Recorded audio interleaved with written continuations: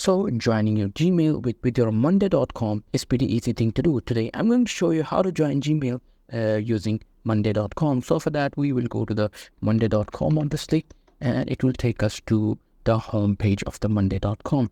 Now what you have to do is you have to make sure you're logged into your account. If you're not, you just log into your monday.com account. After logging in, what you have to do is you have to click on this top right corner.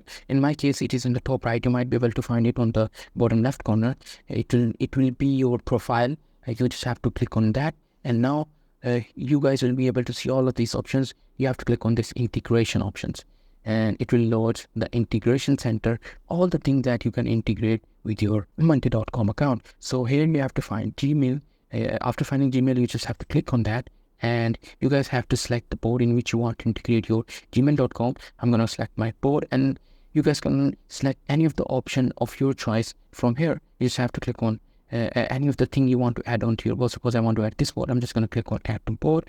You have to click on connect button, and now it wants me to sign up to my Google account. After signing up to my Google account, you guys will be able to find the Gmail things on my monday.com workspace. So that's pretty much it. That's how we do it.